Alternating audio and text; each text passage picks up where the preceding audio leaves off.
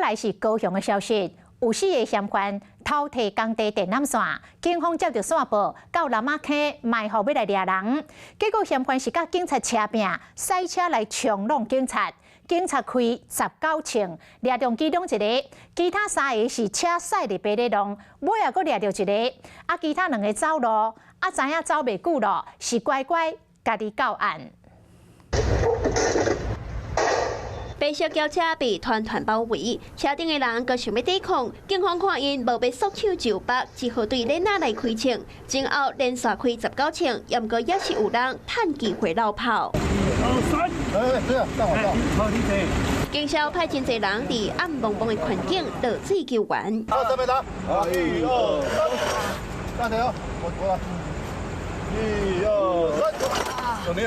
开车逃走，想讲行水路被米砸去，结果无加规身躯拢是伤，拢被红掠着。涉嫌窃盗案了吼，现在正式给你拘捕。警方将押证组到高雄南马溪高南公路附近来排访，准备逮捕偷摕工地电线的嫌犯。结果过程因拒保，阁想要甲关警路，其中一个当场红掠着，其他是继续走，一直到今仔日的透早才全部红掠着。逃逸窃嫌，2嫌自知身份曝光，于今日6时40分均已自行到案说明。人在做，天在看，虽然步数真短，也是去互警方来逮捕。